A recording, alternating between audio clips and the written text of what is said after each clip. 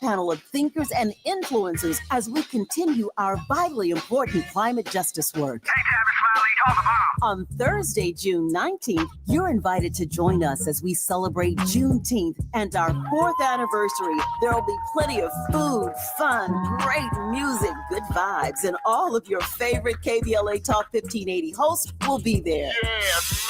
Flip the beat. On Saturday, June 21st, there are 2 big events you're invited to attend. I can't wait to hear it. This year, KBLA Talk 1580 continues its annual partnership with the Empowerment Congress for a community celebration and dialogue to educate, engage, and empower. This year's theme is resilience in the face of chaos. Can't wait to see what's up next. Y'all ain't ready for this. And new this year is our State of Black Women in Los Angeles Symposium, moderated by Dominique DePrima, with a luncheon to follow. Dominique will be leading a dialogue with some of the most impactful Black women leaders in Los Angeles, and you're invited to join.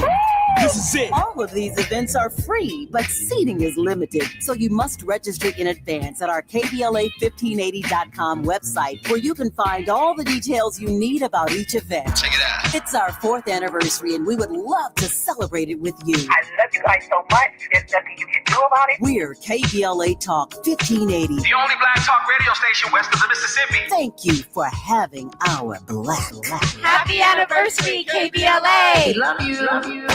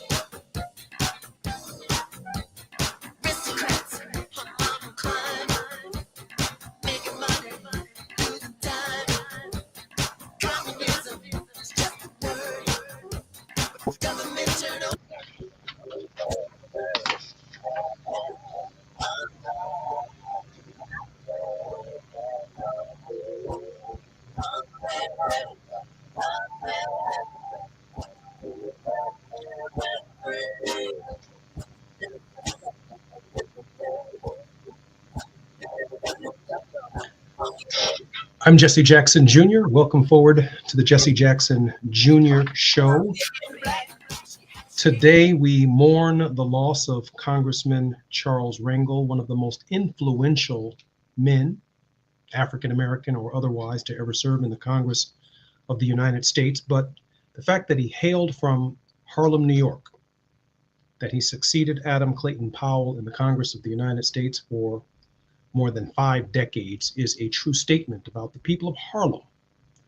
From Harlem came Adam Clayton Powell. From Harlem came Malcolm X. From Harlem came the Renaissance. From Harlem came the expectations that Black people could carry themselves in such a way, with dignity and with poise. And who hasn't played at the Apollo? Who didn't represent us well that came out of Harlem? And yet, a giant of a tree has fallen.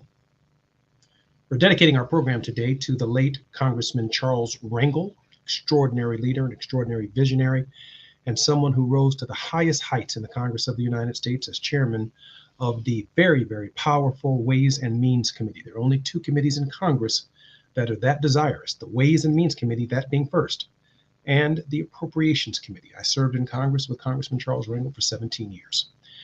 Today on the Jesse Jackson Jr. Show, we're going to dissect an executive order that has profound ramifications for every facet of American life.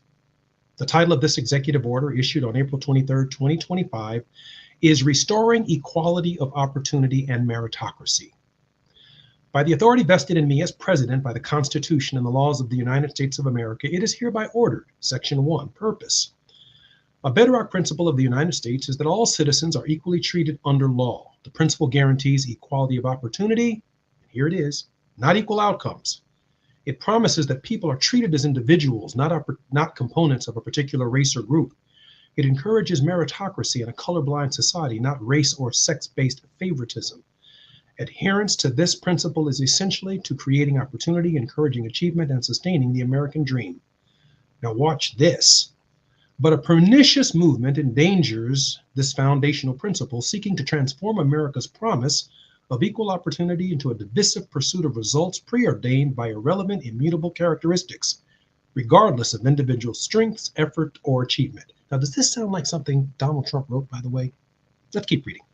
A key tool of this movement is disparate impact liability, which holds that a near insurmountable presumption of unlawful discrimination exists where there are any differences in outcomes in certain circumstances among different races, sexes, or similar groups, even if there is no facially discriminatory policy or practice or discriminatory intent involved, and even if everyone has an equal opportunity to succeed. Now, here's the policy, Section 2. It is the policy of the United States to eliminate the use of disparate impact liability in all contexts to the maximum degree possible to avoid violating the Constitution, federal civil rights laws, and basic American ideals. Our very special guest in this hour is Liz King, Senior Director, Equity Education Officer and Programming at the Leadership Conference on Civil Rights and Human Rights.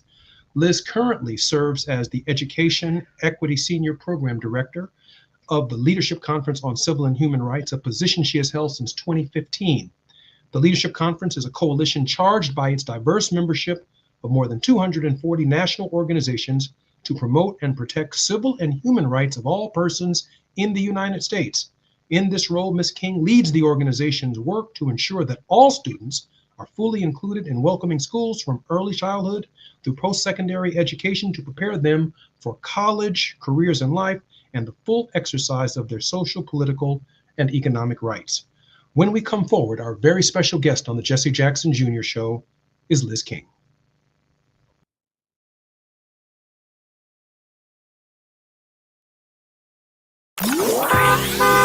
It's afternoon drive time with Jesse Jackson Jr. Only on KBLA Talk 1580. We all hear the radio ads about the IRS. They tell you to be afraid, to be scared, and they try to frighten you into calling. I'm not here to do that. Tax Relief Advocates is different. TRA is here to tell you that if you owe money to the IRS, whether it's $5,000, $50,000, or $500,000, we have a solution. It doesn't matter if you're sitting in your car, at work, or with your kids. No matter where you are, call now. 800-550-9651. Don't lose hope. TRA can eliminate or reduce what you owe to the IRS. Generous programs are now available that can give you a fresh start. Our passion is taxes and helping individuals fix their IRS problems. We have over 1,000 5-star reviews on Google and an A+ with the Better Business Bureau. You don't need to be afraid of the IRS any longer. End your tax nightmare today by visiting us online at TRA.com or call 800-550-9651. That's 800-550-9651. Tax Relief Advocates. Real solutions for real people. You really about to do it? 40 acres and a mule. This is bigger than the music. You really about to do it? Yeah, they tried to rig the game, but you can't fake influence. Who among us doesn't like black music? But Kendrick is right. This moment is so much bigger than music. These are serious times. We've got serious problems, and we need serious people who understand that slogans are not solutions. When you want substantial and sober analysis about things that matter to you and the ones you love, this is where you turn. We're KBLA Talk 1580, and we've got your black.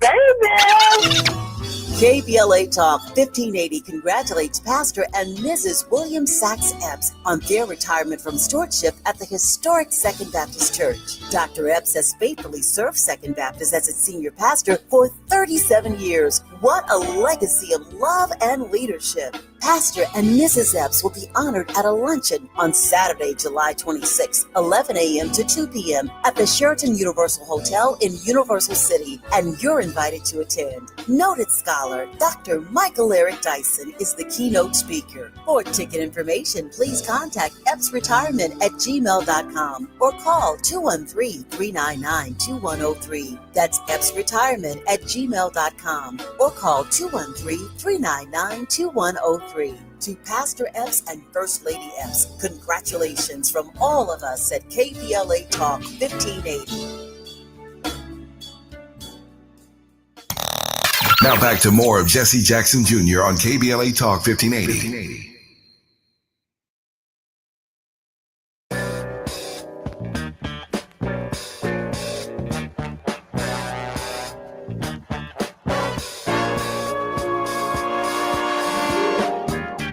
I'm Jesse Jackson Jr. Welcome forward to the Jesse Jackson Jr. Show. My very special guest is Liz King. Liz, welcome back to the show.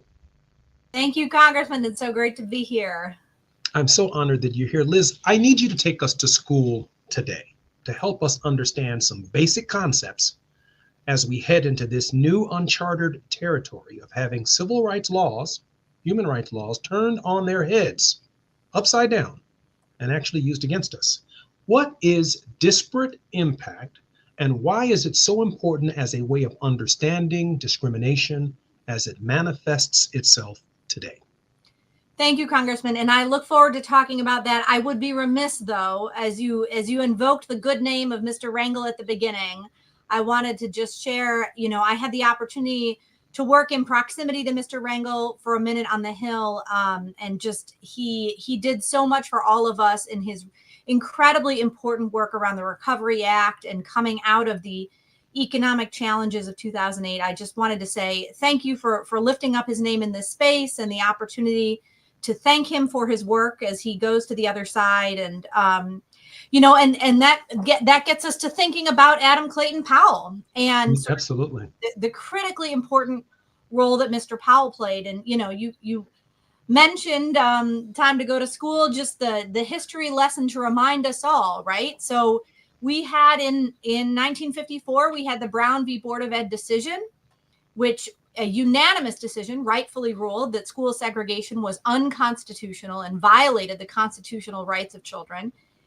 And, after that, there was an effort to fund segregated schools. And it was Mr. Powell who said, we cannot allow for the funding of discriminatory schools. That the Supreme Court has said schools must desegregate. And so Mr. Powell had the Powell Amendment, as you well know, and insisted that schools be integrated if they were to receive federal funding. And so it was Mr. Powell's advocacy, along with the civil rights community, most especially the Leadership Conference, where I have the opportunity to work now, that led to the passage of the Civil Rights Act of 1964.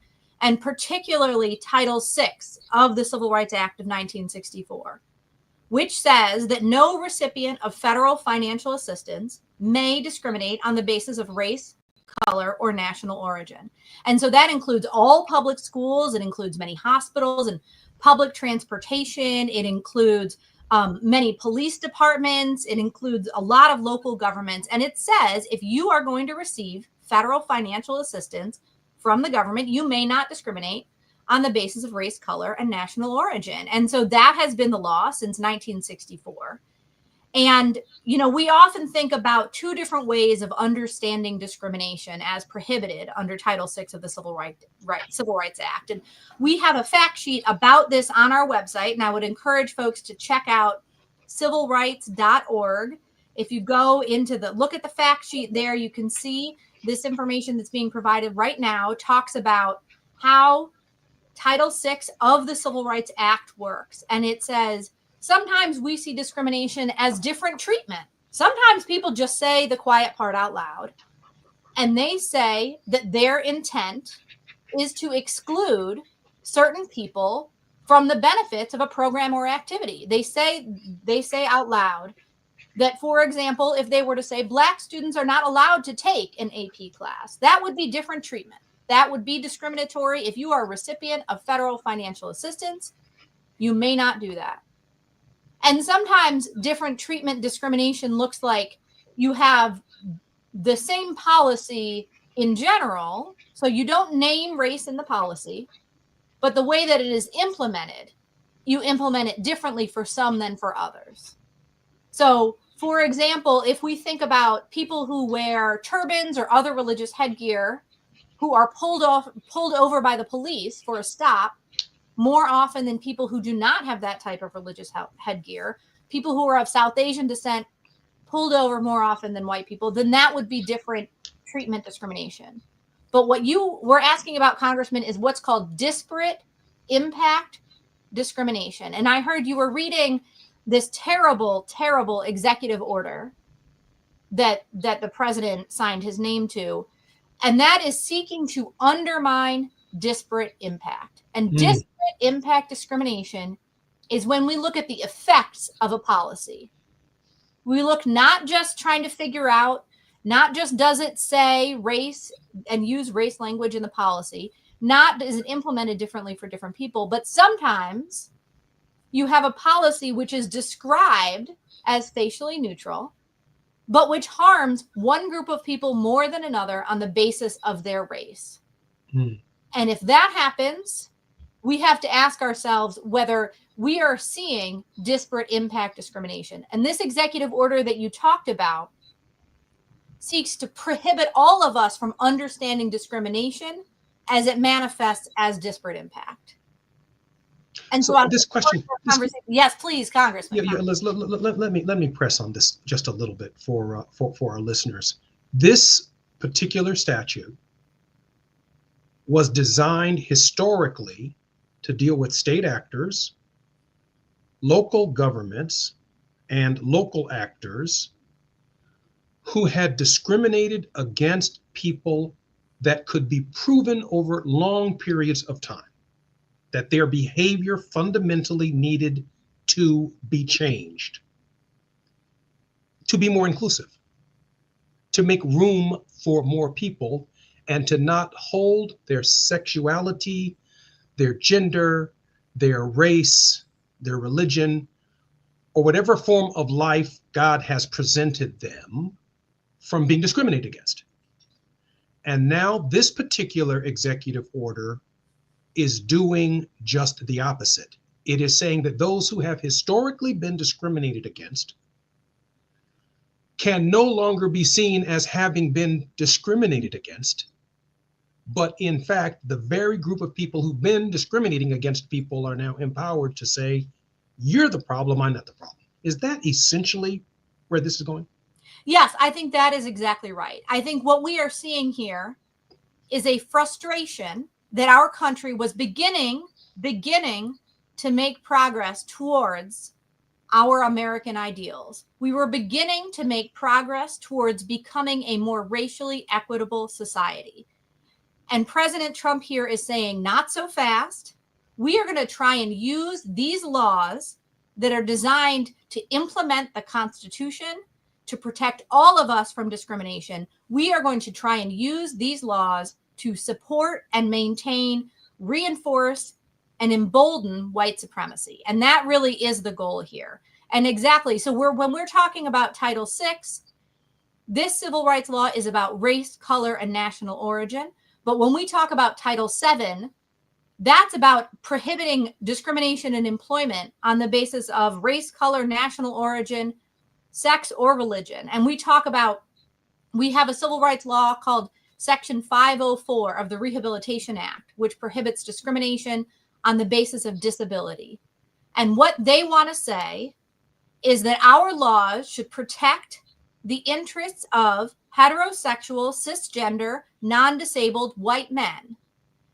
And we know that even a system which has that as its intent has as its effect harming all of us, including those same people who are meant to benefit. Because there's never been a history in the United States where white men have been discriminated against.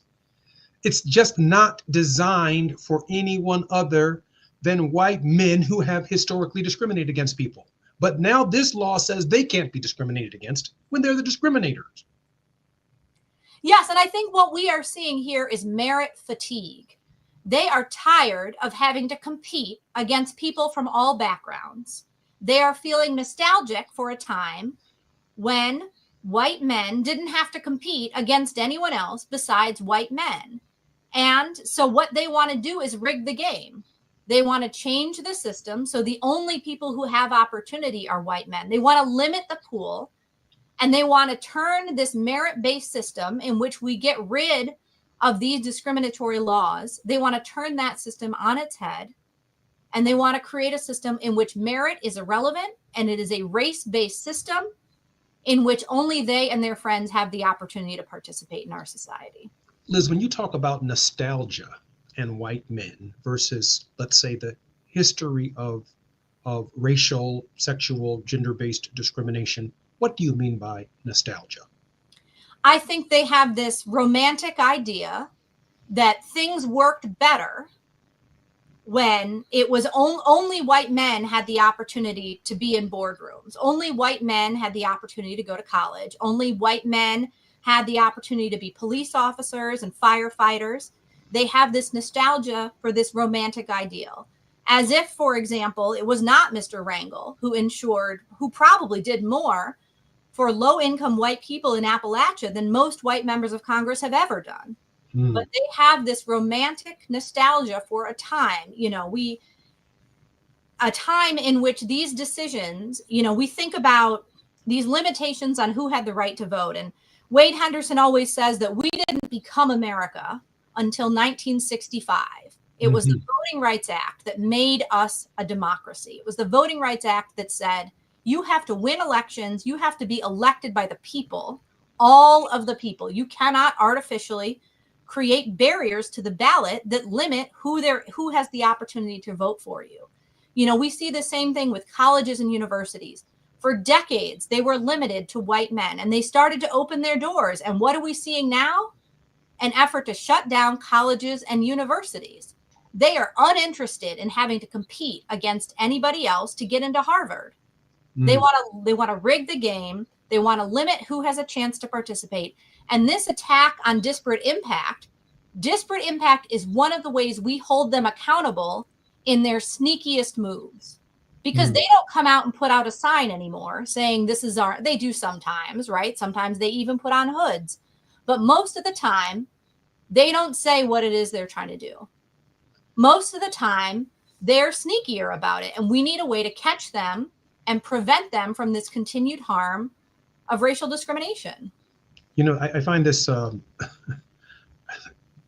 if it weren't so laughable, if it weren't so serious, it would be laughable. I see in this moment white men, essentially without having to sing the song, walking down the street saying, "We shall overcome. We shall." I see them trying to claim the moral authority of movements that they did not build, of sacrifices that they did not make, of jail terms and letters written in Birmingham jail that they did not write, of poems and songs that they did not sing, of summers that they did not sacrifice through, of water fountains they did not drink out of schools no one has ever denied them an opportunity to attend, demanding now that they have the moral authority to stand at the Lincoln Memorial and tell us about the dream that they have, different than the dream that Martin Luther King Jr. envisioned for the rest of us. That somehow we are on the other side of our own dream, and now we are being told by the generation who has primarily benefited from the largesse of America that somehow this American story is not right. And I want to add this, Liz, because yesterday was Memorial Day.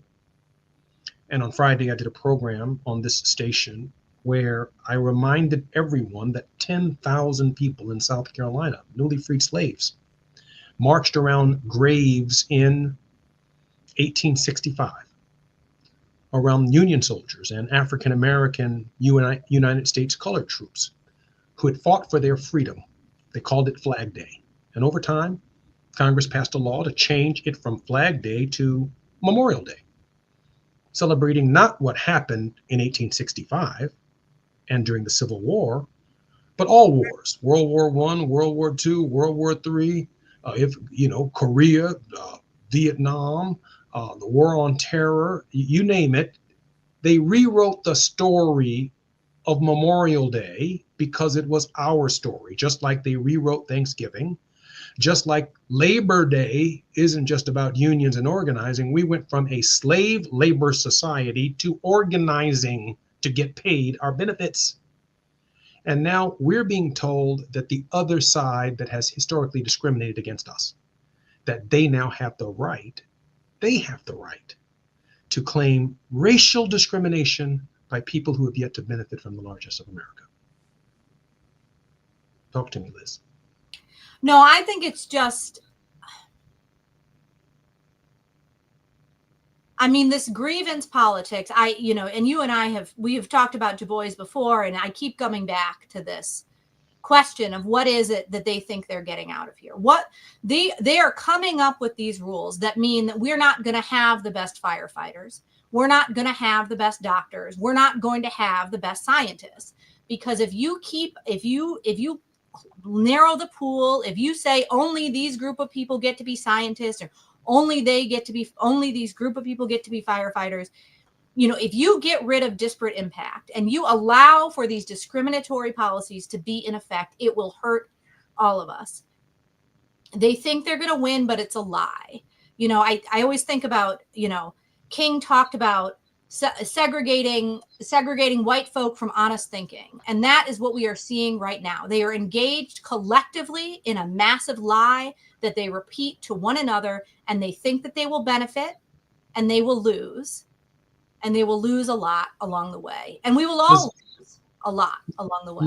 Liz, I have about 30 seconds before we go forward. Let me ask you a quick question. Is this thing even constitutional? This thing from April 25th, 2020. Is this constitutional? Is this legal?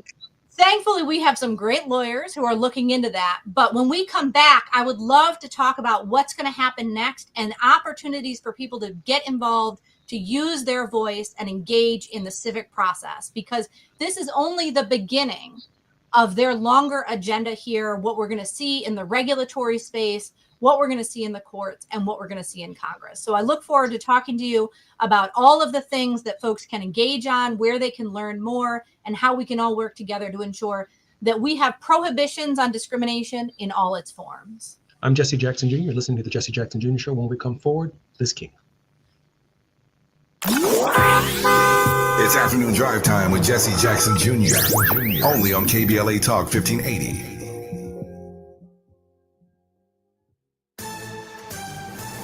I'm Amber Payton with BIN News Now. Chicago had a less violent Memorial Day weekend than last year, with 22 people shot and 2 killed. Black Mayor Brandon Johnson credits his administration's approach to safety and expects continued improvement as summer approaches.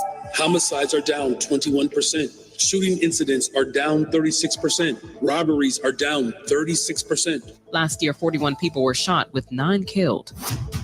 Black Maryland Governor Wes Moore is asking FEMA to assess flooding damage in Western Maryland, which damaged buildings, cut power, and forced school evacuations. He says state emergency costs were high, and the assessment will help determine if Maryland qualifies for a presidential disaster declaration. And a bill advancing in the Louisiana state legislature would allow the New Orleans Sewerage and Water Board to elect its own president, ending the automatic role of Black Mayor LaToya Cantrell. Get BIN News Now on demand 24/7 on the iHeartRadio app.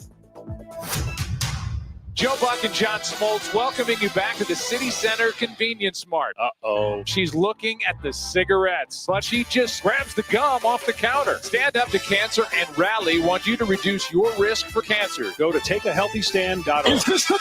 This is the KBLA Sports Minute with Ray Richardson. Two different outcomes for LA's baseball teams on Memorial Day. The Dodgers got home runs from Shohei Ohtani and Will Smith in a 7-2 win at Cleveland. The teams meet up again tonight. After winning 8 straight, the Angels have lost 3 in a row. The Yankees beat the Angels 5-1. The Angels will try again tonight with the Yankees at Anaheim Stadium. Oklahoma City is only 1 win away from the NBA Finals. They beat Minnesota 128-126 to take a 3-1 lead in the Western Conference Finals. 40 points, 10 assists, and 9 rebounds for OKC guard Shai Gilgeous-Alexander, the NBA MVP. This young brother is fun to watch. His mid-range game is outstanding. Game 5 is Wednesday night in OKC. Game 4 in the Eastern Conference Finals is tonight in Indianapolis. Indiana has a 2-1 lead over New York. The LA Sparks are back in action tonight in the WNBA. They're at home against the Atlanta Dream. No debates, no speculation, just the info you need. That's your KBLA Sports Minute. I'm Ray Richardson on KBLA Talk 1580.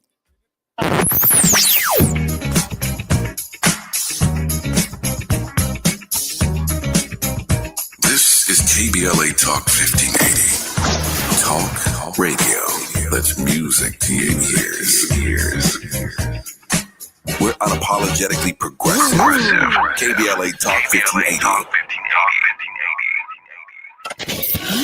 We've got a lot to talk about. Hi, I'm Zoe Williams, aka the Voice of Reason, encouraging you to join me weekdays from 7 to 9 p.m. for the world's most intriguing relationship radio roundtable. Every night, I facilitate and encourage our loyal listeners to participate in the most engaging relationship discussions you'll hear anywhere. So make it a point to rendezvous with me, Zoe Williams, the Voice of Reason, Monday through Friday, 7 to 9 p.m. Pacific Standard Time. Trust me, your relationships will never be the same. The VOR is on fire tonight. Unapologetically progressive. KBLA Talk 1580. We've got your black. Imagine every pregnant person in LA County having the support they deserve. A doula on every block. Doulas provide emotional, physical, and informational support during pregnancy, through labor, and beyond.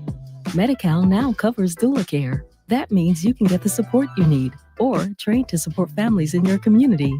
The LA County Medi-Cal Doula Hub is here to help. Learn more and get started today at ladoulahub.com.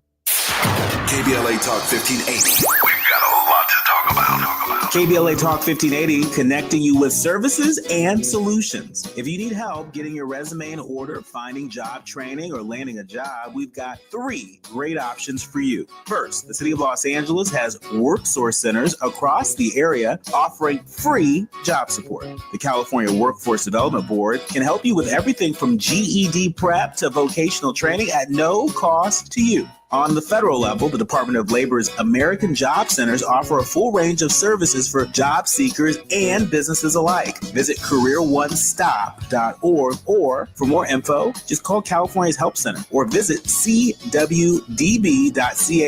or call 916-657-1440. For the City of Los Angeles programs, go to ewd.lacity.gov or call 213-744-7300. All these services are free to help you get your next job. This is a community call to action from KBLA Talk 1580. You're listening to Jesse Jackson Jr. on KBLA Talk 1580.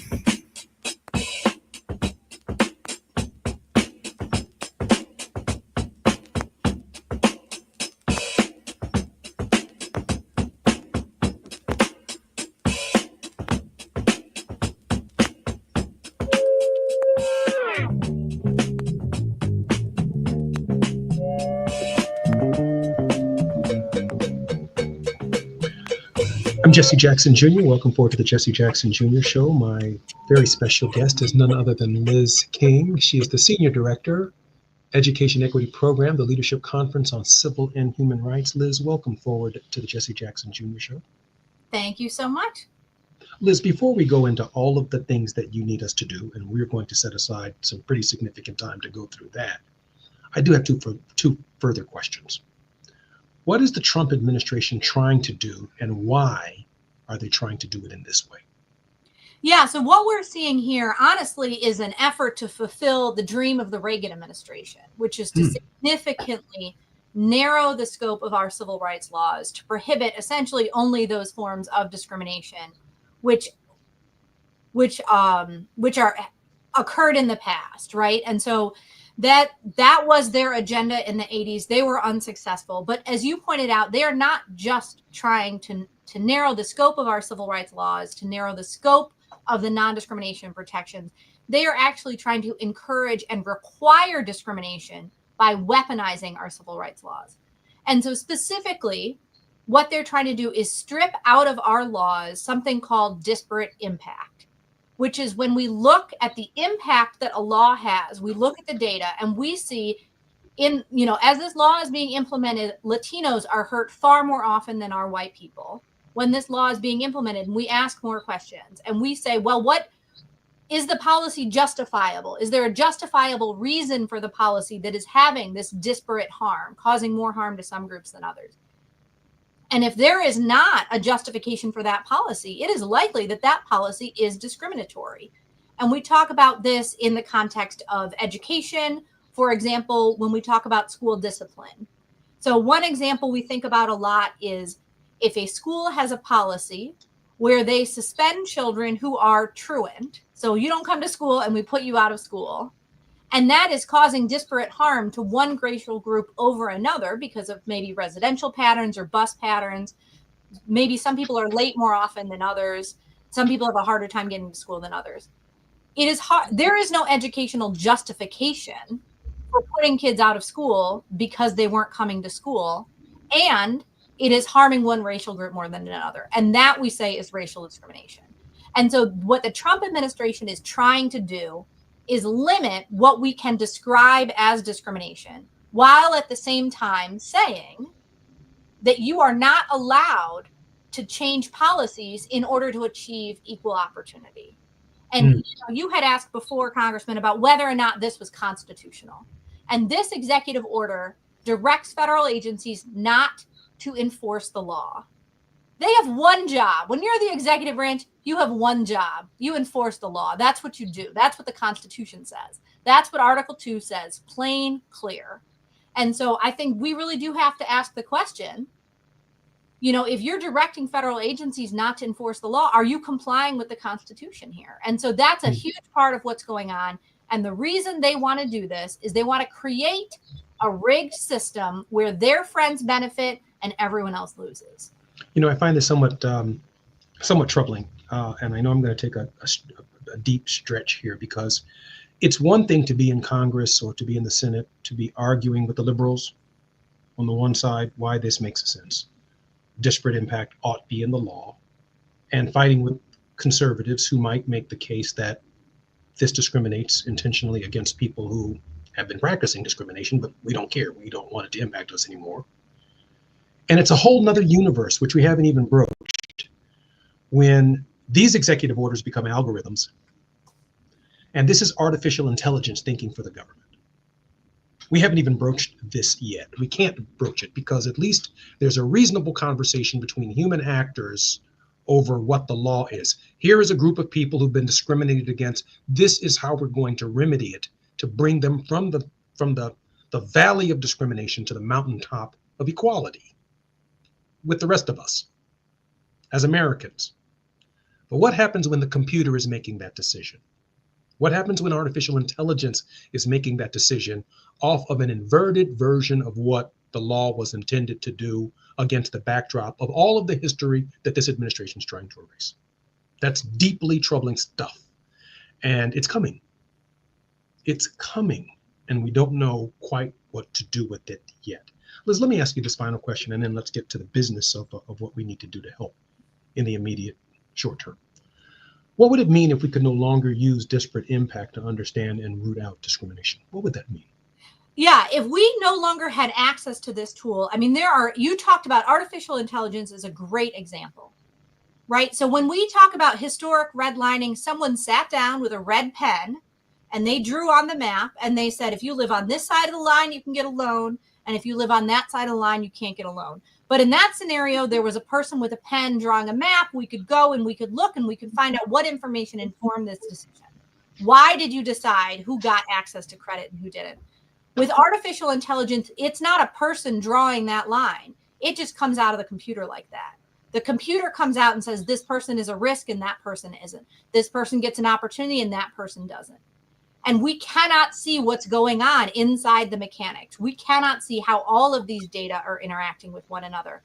So I have no doubt that part of their goal here is to enable digital discrimination, to enable algorithmic bias, to enable these new ways of decision making that are going to only serve to reinforce in far more opaque ways how discrimination has always worked and existed in this country. And so I'm then they're going to say, and then they're going to say, Liz, that no human actor is involved in this. It looked at everything objectively, and you just ended up on one side of the fence, one side of the town, one side of the red line. There's no one to sue for their biases because it was generated by a computer or an algorithm that read through some executive order from Ronald Reagan plus Donald Trump, and it equals flipping long fought for, sacrificially earned rights on their head, and then the computer spit out some kind of nonsense puzzle that it draws that says don't loan money in this neighborhood or on this side of the fence, or don't put money in this school because the students don't perform quite like students in this school. And of course, that is increasingly deeply troubling. We have 2 minutes remaining in this segment. Let's begin the process, Liz, of sharing with us what we can do as boots on the ground. Right. So here is one part of the thing that they got right, which is they have to go through the regulatory process to change regulations. Now, they got almost everything else about it wrong. And so what we need people to do is by June 16th, they need to submit a comment into the Federal Register. Now, this may be the nerdiest thing that you ever do, but it is incredibly important. And we are going to have a link on our website that people can go to at civilrights.org, and you'll be able to go to that link and submit a comment and say, I want our civil rights laws to prohibit discrimination in all its forms. And so we can talk about what's going on right now is at the Department of Energy. Now they're starting with the Department of Energy because they thought we wouldn't notice. They're starting with the Department of Energy, and they're trying to change the rules to take disparate impact out of the regulation at the Department of Energy. So if you go to our website, you'll be able to learn more about this. But we have until June 16th to comment. But what's supposed to happen is they're supposed to seek comment from the public on the front end. They're supposed to publish a draft rule and then ask the public for feedback and then publish a final rule. But what's happening right now is they're trying to publish the final rule. But they said if they receive significant adverse comments, they will amend or withdraw the rule.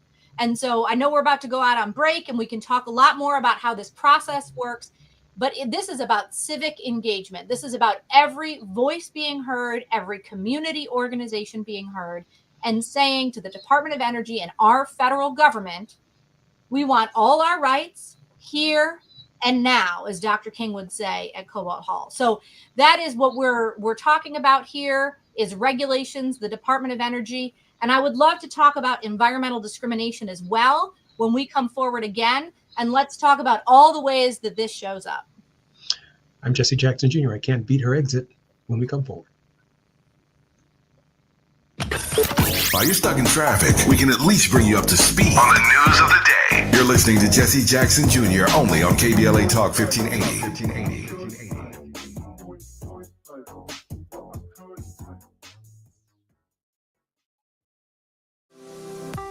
It's never too early to start talking about money in realistic ways with your kids.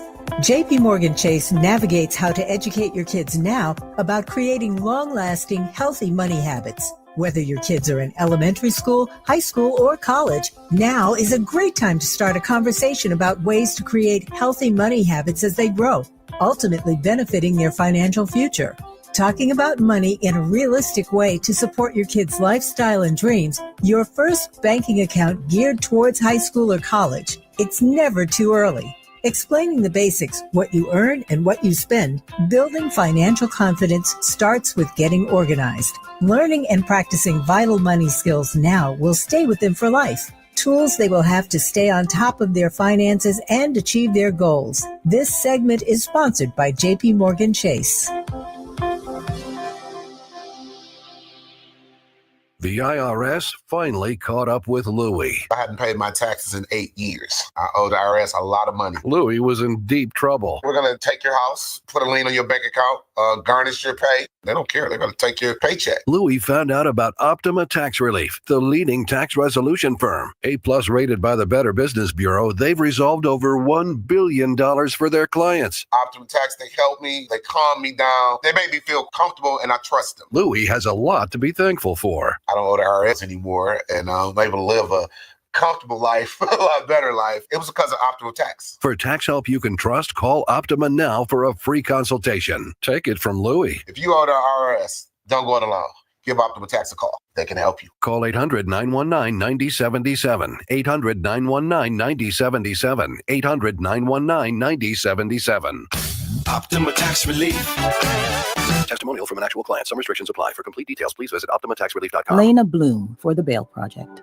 Imagine you're stuck in a jail cell and you can't afford bail and someone offers you a way out. Just plead guilty and you can go home and kiss your kids goodnight. What do you do? What thousands have. You plead guilty whether you are or not. Cash bail makes poverty a crime. That's why the Bail Project helps those who can't afford it while fighting to end cash bail. Because freedom should be free. Brought to you by the Ad Council. Barbecue season is back. Hey, it's Ellen. And this is Sarah Beth. And a little thing we love about the Chick-fil-A Smokehouse Barbecue Bacon Sandwich is that zesty barbecue sauce. I love that it was a little sweet, a little tangy, and with the mac and cheese. I feel like I tasted the brown sugar bacon first. It was the absolute best combination. Pro tip, 3 sandwiches are always better than 1. Order the Smokehouse Barbecue Bacon Sandwich and a Coca-Cola on the Chick-fil-A app for a limited time. Real guests paid for their testimonials. Now back to more of Jesse Jackson Jr. on KBLA Talk 1580.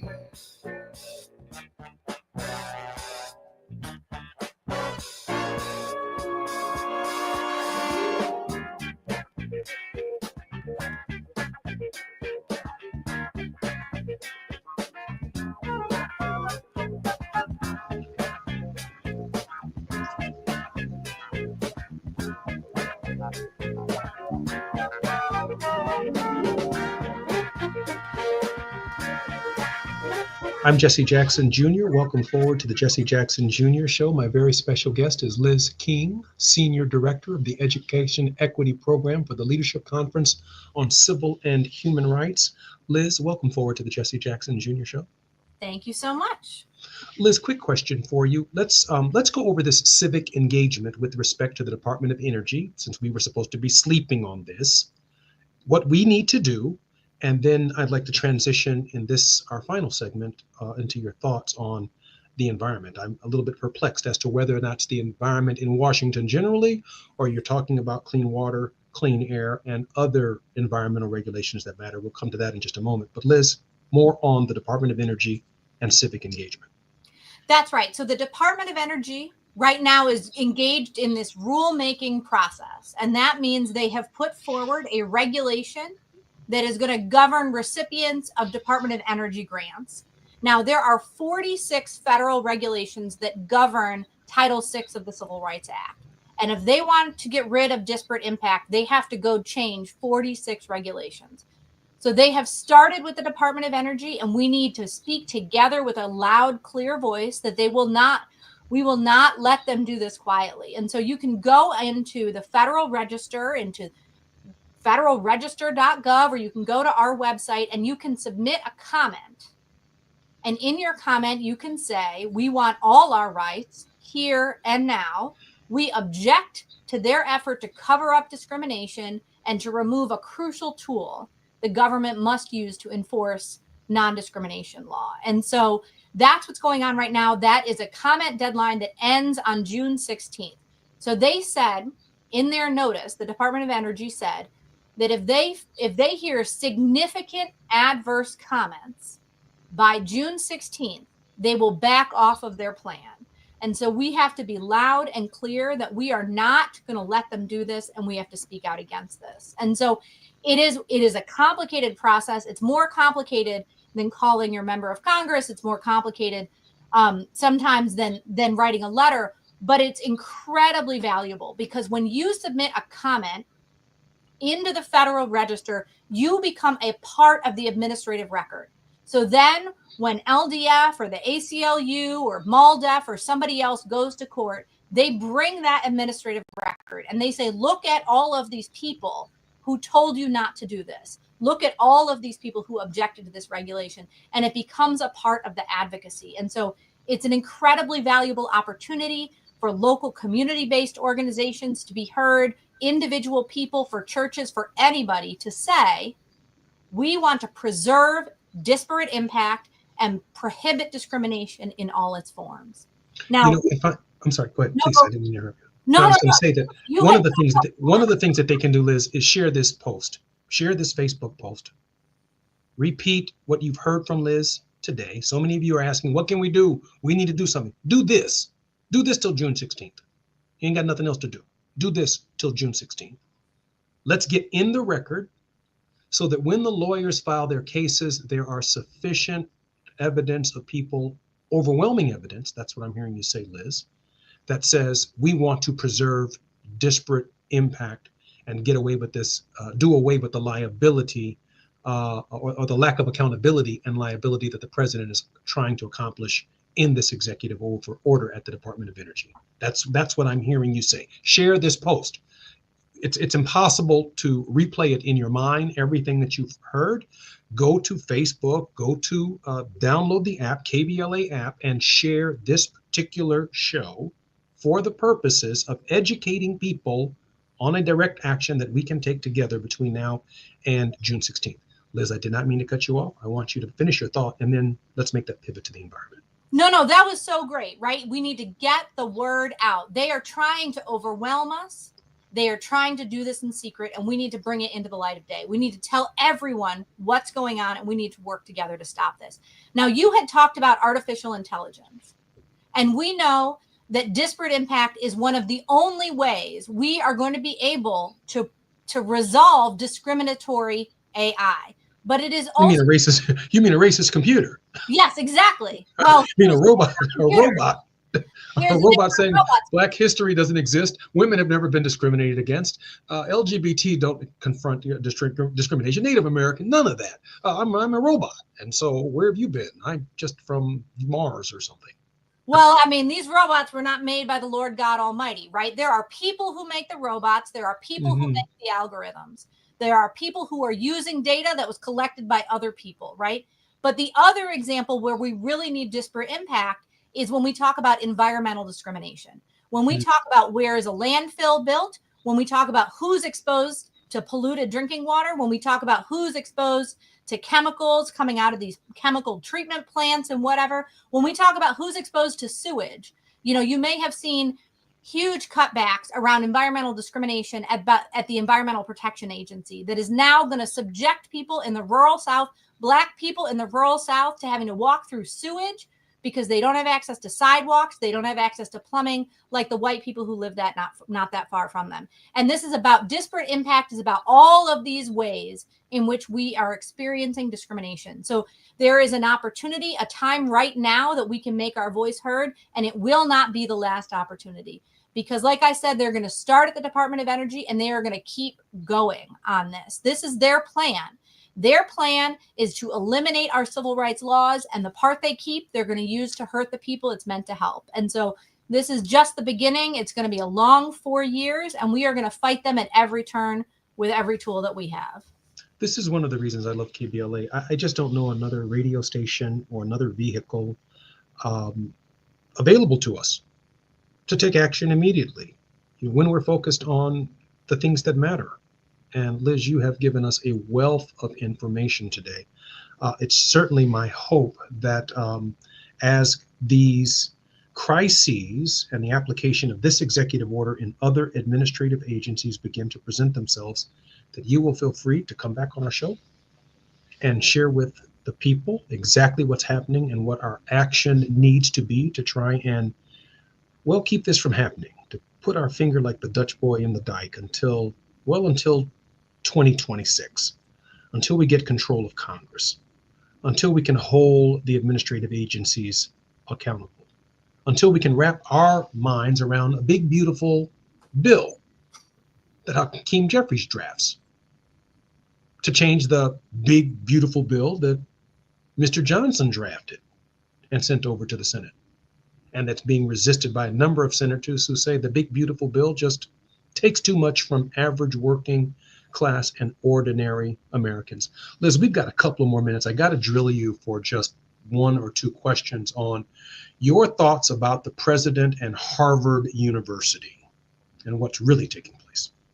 Well, I have to say, I mean, thank goodness Harvard's got it in them to fight back. So we have seen this president, he's a bully, and he behaves like a bully who has no understanding of the law. And we're going to have to see what happens next. I just am so encouraged by what we have seen from Harvard University, because they recognize that they cannot do the work of being one of the greatest universities in the world if they cannot do that in a way that is diverse and inclusive and equitable. And so I hope we keep hearing from them on that. I hope that as the president continues to double down and double down and double down again against these international students who have come to bring their gifts and talents to the United States to contribute to the educational environment of all the students, hopefully Harvard will keep fighting. And we know that what it takes to get a bully to back down is when you stand up and when you fight back. And so that's what we're seeing right now. They have the law on their side, and this is surely not the end of the story. I'm probably making a stretch here, but at any point in time, do you expect the president of the United States to turn his attention to Yale? We'll see. Who knows where his target is going to be next. There is a clear resentment from these elite universities that have realized there is no elite that is not include diverse, that if you are not diverse, then you are not truly elite.